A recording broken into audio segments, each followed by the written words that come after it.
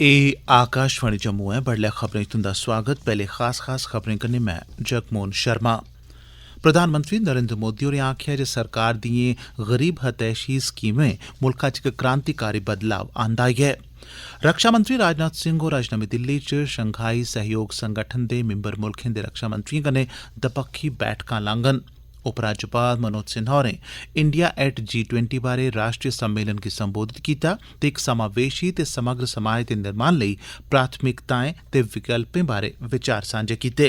ते रामबन जिले च शालगढ़ी थाह्र इक बड्डी पस्सी पौने कारण जम्मू श्रीनगर राष्ट्रीय जरनैली सड़क गड्डिएं दी आओजाई लेई बंद ऐ। खबरें दी तफसील कन्नै विजय बजाज। प्रधानमंत्री नरेंद्र मोदी होरें आखेआ जे उंदी सरकार मुल्ख च गरीब लोकें दे कल्याण ते उनेंगी उबड़ा चुक्कने लेई कम्म करा'रदी ऐ। उनें आखेआ जे सरकार पास्सेआ गरीबें दे कल्याण लेई चलाई गेदी योजनाएं मुल्ख च इक नमीं क्रांति लेई आंदी ऐ। मोदी होर कल नमीं दिल्ली च इक प्राइवेट टीवी चैनल पास्सेआ आयोजित कनक्लेव गी संबोधित करा करदे हे। प्रधानमंत्री होरें आखेआ जे सरकार मुल्ख दे गरीब लोकें गी सुरक्षा ते मान सम्मान उपलब्ध करोआने दी दिशा च कम्म करा'रदी ऐ। उनें आखेआ जे पिछले 9 ब'रें च गरीब, वंचित, दरम्याना तबका ते समाज दा हर इक वर्ग अपनी जिंदगी च आए दे इनें बदलावें गी दिक्खी सकदे न। रक्षा मंत्री राजनाथ सिंह होर अज्ज नमीं दिल्ली च शंघाई सैह्योग संगठन यानी SCO मुल्खें दे रक्षा मंत्रिएं कन्नै दपक्खी बैठकां लाङन। इस दौरान दपक्खी रक्षा सरबंधी मामलें सनै दपक्खी हितें आह्ले होरनें बी केइएं मामलें पर चर्चा कीती जाग। राजनाथ होर कल नमीं दिल्ली च शंघाई सैह्योग संगठन दे रक्षा मंत्रिएं दी बैठक दी प्रधानता करङन। चीन, कजाकिस्तान, किर्गिस्तान, रूस, ताजिकिस्तान ते उज़्बेकिस्तान दे रक्षा मंत्री इस बैठक च हिस्सा लैङन। भारत नै शंघाई सैह्योग संगठन च एल्लै बतौर निगरान मुल्ख जुड़े दे बेलारूस ते ईरान गी बी साद्दा दित्ता ऐ जे ओह् SCO मुल्खें दे रक्षा मंत्रिएं दी बैठक च हिस्सा लैन। लेफ्टिनेंट गवर्नर मनोज सिन्हा होरें कल जम्मू दे कन्वेंशन सेंटर च इंडिया एट G20 बारै लोआए गेदे राष्ट्री सम्मेलन गी संबोधित कीता। इस सम्मेलन दा आयोजन IIM जम्मू, IIT जम्मू ते एम्स जम्मू पास्सेआ रलियै कीता गेदा हा। इस मौके LG होरें आखेआ जे छड़े रमानदारी आह्ले माहौल च गै मनुक्खें दियां आसां तांगां पूरियां होई सकदियां न। इस मौके उनें इक समग्र समाज दे निर्माण लेई प्राथमिकताएं, बक्ख-बक्ख संभावनाएं ते अग्गें मौजूद विकल्पें बारै विचार सांझे कीते। उनें आखेआ जे भारत दी G20 दी प्रधानता दे दौरान पर्यावरण दे अनुकूल, टिकाऊ ते तेज रफ्तार विकास सभनें शा बड्डी प्राथमिकता न। सिन्हा होरें विकास सरबंधी गतिविधिएं ते पर्यावरण संरक्षण बश्कार तालमेल उप्पर जोर पाया तां जे कुल संसारी सतह पर खुशहाली ते सभनें लेई बेहतर जीन यकीनी बनाया जाई सकै। आकाशवाणी पास्सेआ प्रधानमंत्री नरेंद्र मोदी हुंदे मन की बात कार्यक्रम उप्पर इक विशेष श्रृंखला शुरू कीती गेदी ऐ जेह्ड़ी प्रधानमंत्री हुंदे मन की बात कार्यक्रम दे इस म्हीने 100 एपिसोड पूरे होने दे सरबंधै च चलाई जा'रदी ऐ। इस श्रृंखला तैह्त इस बारी आओ सुनचै प्रधानमंत्री हुंदे पास्सेआ मन की बात दी उस कड़ी दा इक लौह्का जनेहा अंश जेह्दे च उनें अंतरिक्ष च भारत दे तेजिया कन्नै बधदे कदमें पर विचार सांझे कीते हे। भारत अज्ज उस मुकाम पर आई पुज्जे दा ऐ जित्थै दुनिया भरै दे मुल्ख इसरो दे राहें अपने उपग्रहें गी अंतरिक्ष च भेजा करदे न ते भारत बी इनें मुल्खें गी निराश नेईं करा'रदा। 26 जून 2022 गी प्रसारित होए दे मन की बात कार्यक्रम च प्रधानमंत्री होरें भारत दी इस उपलब्धि दी सराहना करदे होई आखेआ हा, सपनों को साकार करने का पर्याय होता है। आज हमारा भारत जब इतने सारे क्षेत्रों में सफलता का आकाश छू रहा है तो आकाश या अंतरिक्ष इससे अछूता कैसे रह सकता है। बीते कुछ समय में हमारे देश में स्पेस सेक्टर से जुड़े कई बड़े काम हुए हैं। देश की इन्हीं उपलब्धियों में से एक है इन स्पेस नाम की एजेंसी का निर्माण। एक ऐसी एजेंसी जो स्पेस सेक्टर में भारत के प्राइवेट सेक्टर के लिए नए अवसरों को प्रमोट कर रही है। इस शुरुआत ने हमारे देश के युवाओं को विशेष रूप से आकर्षित किया है। ऑपरेशन कावेरी तैह्त संकटग्रस्त सूडान थमां कोई 1100 भारतीयें गी सुरक्षित कड्ढी लेई आंदा गेआ ऐ। विदेश मंत्रालय दा आखना ऐ जे उत्थुं आने जा'रदे लोकें दा 6मां फेरा जेह्दे च 128 भारती नागरिक शामल हे कल सूडान थमां रवाना होआ। मंत्रालय दे प्रवक्ता अरिंदम बागची होरें दस्सेआ जे संघर्ष प्रभावित इस अफ्रीकी मुल्ख थमां भारतीयें गी भारती नौसेना दे समुंदरी बेड़े ते वायु सेना दे ज्हाजें राहें मुल्ख वापस आंदा जा'रदा ऐ। उनें दस्सेआ जे जंदी रातीं 128 यात्रियें गी लेइयै C-130J ज्हाज नै सूडान थमां जद्दा लेई डोआरी भरी। एह्दे अलावा कल सूडान थमां कड्ढी आने गेदे 360 भारतीयें दा पैह्ला जत्था दिल्ली पुज्जा। सूडान च फौज ते नीम फौजी बलें बश्कार लड़ाई दिनों दिन होर गंभीर रूप लै करदी ऐ।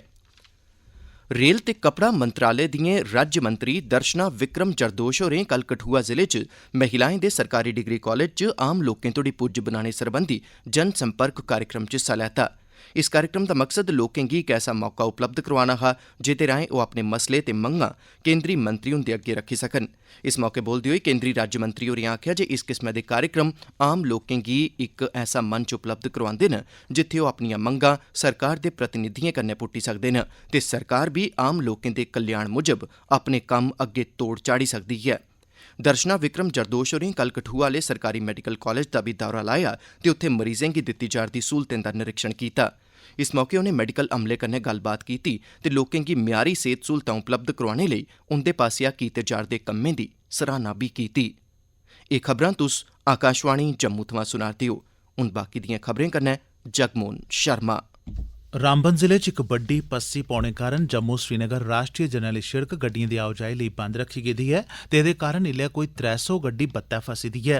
अधिकारिक जानकारी मुजब जिले दे शालगढ़ी इलाके च पेदी इक बड्डी पस्सी कारण सड़का पर गड्डिएं दी आओजाई बंद करनी पेई ऐ।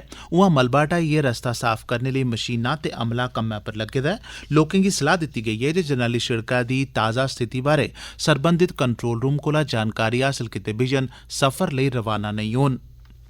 उपराज्यपाल हुंदे सलाहकार राजीव राय भटनागर होरें कल सिविल सचिवालय च इक बैठक सद्दिए जम्मू कश्मीर च जल शक्ति मैह्कमे दिएं प्रमुख परियोजनाएं दी प्रगति ते रफ्तार दा जायजा लैने दे कन्नो-कन्नी जल जीवन मिशन दी अमल आवरी दी स्थिति दी बी समीक्षा कीती।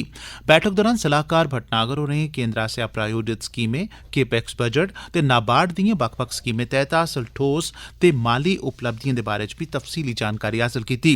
एह्दे अलावा उनें जल शक्ति मैह्कमे दे प्रस्तावित ढांचागत निर्माण कम्में, जल शक्ति मिशन तैह्त जारी कम्में ते मैह्कमे आसेआ सोहे दी रुत्ता लेई कीती गेदे प्रबंधें दे बारे च बी तफसीली समीक्षा कीती। अधिकारिएं गी संबोधित करदे होई उनें सब्भनें परियोजनाएं गी बेल्ले सिर तोड़ चाढ़ना यकीनी बनाने लेई आखेआ तां जे एह्दे नै न छड़ा जम्मू कश्मीर दे लोकें गी इंदा फायदा पुज्जै सगुआं समूलचे खित्ते दा विकास बी यकीनी बनी सकै। डोडा दे जिला विकास कमिशनर विशेषपाल महाजन होरें लोकें दिएं दिक्कतें परेशानिएं दा पता लाने ते ग्रामीण इलाकें च उपलब्ध सुविधाएं सेवाएं दी स्थिति दा जायजा लैने लेई कल ईदगाह पार्क बथोली च इक कैंप दा सरिस्ता कीता जेह्दे च मकामी लोकें अपनिएं केईं शकैतें ते मंगें गी उंदे अग्गे रखेआ। बड़ी बद्ध गिनतरी च लोक इस कैंप च आए जिंदे च पंचैत मिंबरें दे अलावा आम लोक बी शामल हे। डीसी होरें लोकें कन्नै गल्लबात कीती ते उंदिएं दिक्कतें शकैतें गी धरोइयै सुनेआ।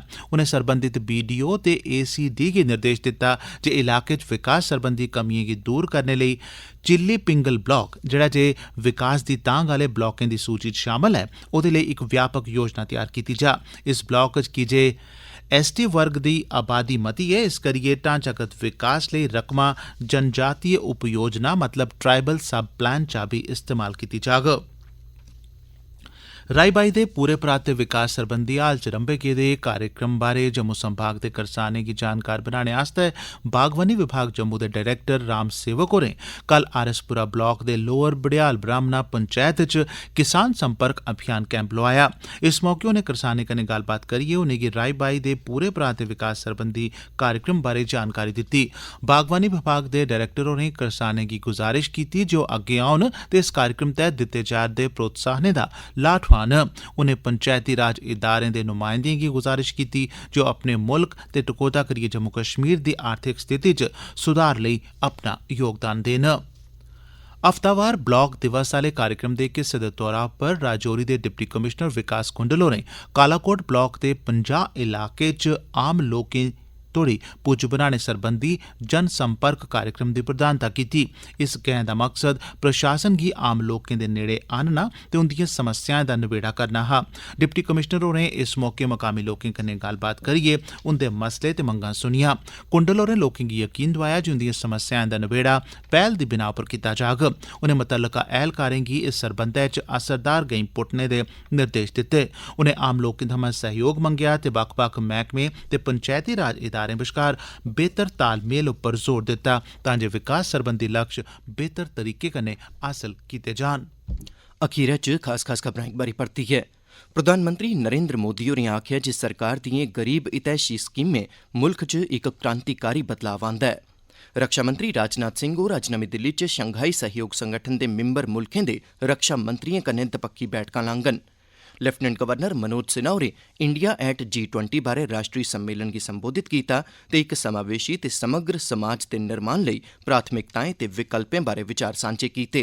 ते रामबन जिले च शालगढ़ी थाह्र इक बड्डी पस्सी पौने कारण जम्मू श्रीनगर राष्ट्रीय जरनैली शिड़क गड्डिएं दी आओजाई लेई बंद ऐ। इदे कन्नै गै खबरें दा एह् बुलेटिन समाप्त होआ।